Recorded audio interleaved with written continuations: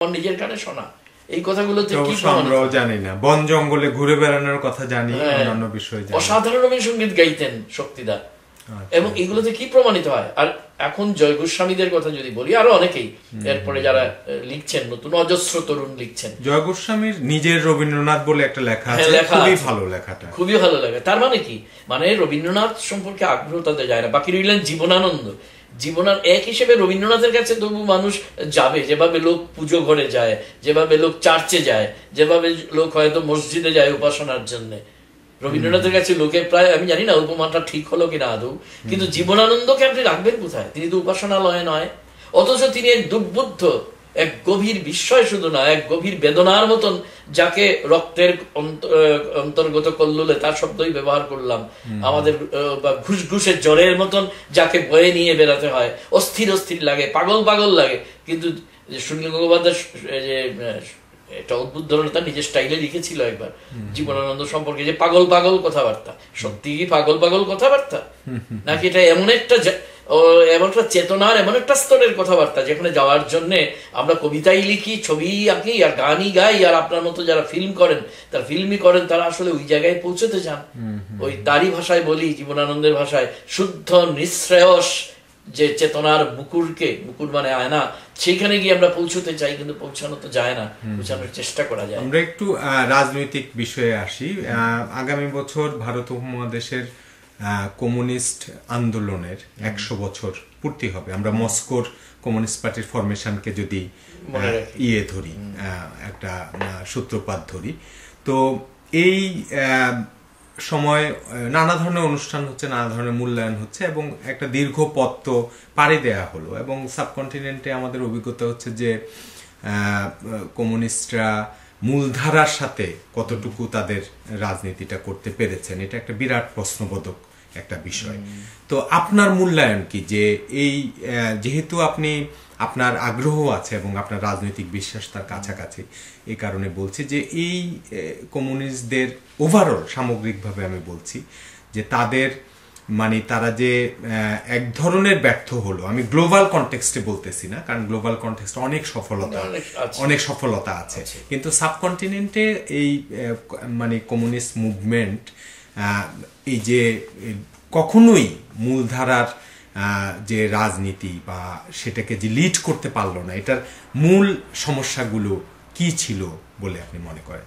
এটা একটা বিশাল বড় মাপের প্রশ্নের অনেক কথা আছে। আমি জানি না যে এটা আমার জাস্ট নিজের ধারণা বলতে পারেন, প্রতীতি থেকে বলতে পারি কিছুটা কথা, কিন্তু আমি যেটা বলবো সেটা একমাত্র বুড়ি ছুঁয়ে যাওয়ার মতো ব্যাপার, খুবই সংক্ষিপ্তভাবে, কারণ এটা একটা অসেনিনেটিক কাজ যে বলে, সেটা বেশি তো কিছু করা যাবে না, কারণ এটা এত অল্প সময়ে করতে গেলে ভুল ব্যাখ্যার সম্ভাবনা আছে, এবং আমি যা বলতে চাই না আদৌ সেটাও প্রকাশ হয়ে যেতে পারে। আমার প্রশ্ন হচ্ছে, আমি কথাটা শুরু করি এভাবে, যে নির্ভর করছে আপনি কোন জায়গা থেকে দেখছেন। আপনি যদি একটা গ্লোবাল কনটেক্সটকে মনে রাখেন, তাহলে একরকম ভাবে দেখা হবে। আবার ভারতীয় উপমহাদেশের যে কনটেক্সট, সেটা যদি দেখেন, তার মধ্যেও আপনি কোন জায়গায় দাঁড়িয়ে আছেন। এটা আমি এইটা বলছি না যে আপনার নিজস্ব বিশ্বাসের ভূমিটা কি, এটা একেবারেই এই মুহূর্তে আমি বাদ দিয়ে দিচ্ছি কথাটা, কিন্তু আপনি কোন জায়গা থেকে দেখছেন, সময়ের কোন মাত্রা থেকে আপনি দেখছেন, তার উপরে। আমি আরেকটু সহজ করি, ধরেন একটু বিমূর্ত হয়ে গেছিল আগের কথাটা, সেটা হচ্ছে যে ধরেন 47 যদি আমরা ধরি একটা, সেটা ব্রিটিশ বিরোধী হয়ে স্বাধীনতা সংগ্রাম, আবার বাংলাদেশের কনটেক্সটে আমরা 71 ধরতে পারি। তাইলে ভারত স্বাধীন হওয়া কিংবা বাংলাদেশের স্বাধীন হওয়া, এই স্বাধীনতা আন্দোলনটাও যদি আমরা ধরি, কমিউনিস্টদের মূল নেতৃত্বে আমরা দেখতে পারি না, কখনোই না। তাইলে এইটা কেন এইটার প্রধান কারণগুলো কি ছিল, যে কেন সাবকন্টিনেন্টে, বিশেষ করে ভারত এবং বাংলাদেশে যদি আমরা ফোকাস করি, যে কমিউনিস্টরা তার সমাজের যে ওই সময়কার সমস্যা, সেটাকে চিহ্নিত করা বলি আর সেটাকে নেতৃত্ব দেওয়া বলি, কেন সেটা দিতে পারলো না? আপনার একটা কথা হচ্ছে চিহ্নিত করা, আর একটা হচ্ছে নেতৃত্ব দেওয়া। চিহ্নিত আপনি যদি না করতে পারেন, তাহলে নেতৃত্ব দেবেন কি করে? কেননা একটা বিখ্যাত কথা আমার মনে পড়ছে, যে আগে আপনাকে ঠিক করতে হবে যে আপনার রণনীতিটা কি, তারপর আপনি ঠিক করবেন যে আপনার রণকৌশল কি। আপনি যদি এগুলোকে আর লেনিনের একটা বিখ্যাত মহাবাক্য আমি বলে থাকি বিভিন্ন সময়, বাস্তব পরিস্থিতির বাস্তব বিশ্লেষণ। কথাটার মানে হচ্ছে যে বাস্তব পরিস্থিতির কাল্পনিক বিশ্লেষণ করলেও চলবে না, কাল্পনিক পরিস্থিতিরও কাল্পনিক বিশ্লেষণ করলে চলবে না। কিন্তু আমরা যারা কমিউনিস্ট আন্দোলনের যারা নেতৃত্ব দিয়েছেন, তারা কি বাস্তব পরিস্থিতির বাস্তব বিশ্লেষণ করতে পেরেছেন?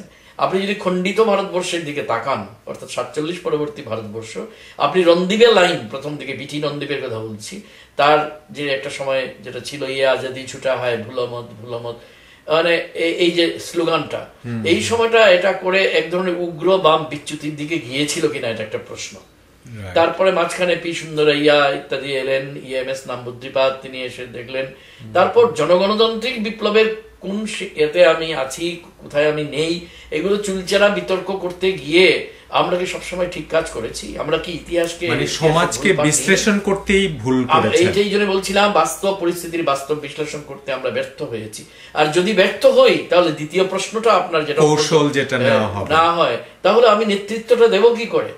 আমি সবসময়, এবং তারপরে আমি বললাম, আমি অন্যভাবে নেবেন না আমার কথাটা, কারণ এই কথাটা এত বাজেভাবে আউট অফ দ্য কনটেক্সট ব্যবহার হয় জন্য আমার নিজেরও এইসব কথা বলতে ইচ্ছে করে না খুব, যে হিস্টোরিক্যাল এরার, ঐতিহাসিক বিচ্যুতি। আমরা বারবার শুধু ঐতিহাসিক বিচ্যুতি করে যাব, জনগণ আমাদের তাহলে একটা সময় তো ছুড়ে ফেলে দেবে। তো জনগণ বলবে তুমি বারবার শুধু ঐতিহাসিক বিচ্যুতি করে যাচ্ছ। আর সোভিয়েত ইউনিয়ন আর চীনের এই বিপর্যয়ের প্রধান কারণ কি বলে আপনি মনে করেন? এটা তো ধরুন, প্রথম কথা হচ্ছে গিয়ে যে আমাদের, জানি না ঠিক বলা হবে কিনা, কিন্তু সমাজতান্ত্রিক বিপ্লব মানে সমাজতান্ত্রিক মানুষ তৈরি করা। এটা লেনিনের এই প্রসঙ্গে বক্তব্যগুলো খুব সঠিক ছিল। তারপরে যখন জোসেফ স্টেলিনের নেতৃত্বে যখন আপনার একটা নতুন পর্যায়ে এসে গেল সোভিয়েত রাশিয়ায়, আমরা কি নতুন সমাজতান্ত্রিক বিপ্লবের জন্য তৈরি? বিপ্লবটা তো শুধু একটা আজকে শেষ হয়ে গেল 1917 সালে নভেম্বর মাসে, এই নাকি? বিপ্লব তো একটা চলমান প্রক্রিয়া, এটা কি আমরা মনে রেখেছিলাম? অর্থাৎ যে মানুষগুলো আসছে তারা কি রাতারাতি বদলে গিয়েছিল 1917 সালে? যারা এর আগের যে জারের আমলের অথবা তার ঠিক মাঝখানের যে সময়টা, সেই পর্যায়ের যে মূল্যবোধ নিয়ে, সেই মূল্যবোধটাকে যে একদিনে তো আর অর্ডার দিয়ে পাল্টানো যাবে না, কিন্তু এটা চলমান প্রক্রিয়া। আমরা কি সেই সহজ একটা যে দীর্ঘস্থায়ী অত্যন্ত ধৈর্যশীল প্রক্রিয়ার মধ্য দিয়ে গিয়েছিলাম? আমরা কি গেছিলাম? আর যদি না গিয়ে থাকি, তাহলে যখন বিপর্যয় এসেছে, তখন সেই বিপর্যয়কে আমরা সংশোধন করার জন্য উপযুক্ত ব্যবস্থা নেওয়া, সেটাও তো মার্ক্সবাদীদের, লেনিনবাদীদের অত্যন্ত দরকারের মধ্যে পড়ে, কারণ এটা মতাদর্শগত একটা লড়াই। সেই মতাদর্শগত যে লড়াই, যেটা অব্যাহত রাখতে হয়, সেটা কি রেখেছিলাম? যদি না রাখি, তাহলে তো বিচ্যুতি আসবেই। সেই বিচ্যুতি ক্রুশ্চেভের সময় এলো, না বুলগানিনের সময় এলো, না তারপরে ব্রেজনেভের সময় এলো, নাকি এই গর্বাচভের সময় গোটা ব্যাপারগুলো এলো?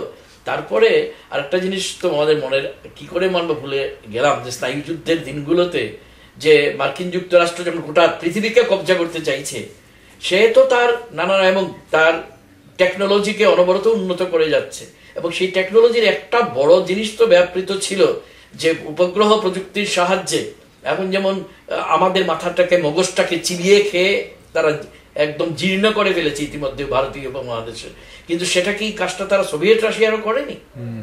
আমি নিজের চোখে গিয়ে কিছু কিছু দেখেছি, তখন তো আমি স্বপ্নের দেশে গিয়েছিলাম রাশিয়ায়, আমি তো স্বপ্নে ভেসেছি। আর এই জন্য বেশ কিছু কিছু জিনিস এখানে বলার সময় নেই, আমি হয়তো কোনোদিন আমার রাশিয়া ডায়েরিটা প্রকাশ করব, কারণ তখন প্রকাশ করাটা উপযুক্ত মনে করিনি।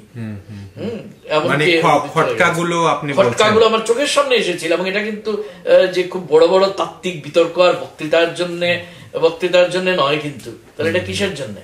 এটা হচ্ছে যে কতকগুলো ম্যানিফেস্টেশন আমি দেখেছিলাম সাধারণ মানুষের মধ্যে। আর আমি হয়তো ভুল করেছিলাম, আমি ভেবেছিলাম যারাই সোভিয়েত সমাজতান্ত্রিক দেশে আছে এবং থাকে, তারাই হচ্ছে এই সমস্ত আদর্শ মানুষ।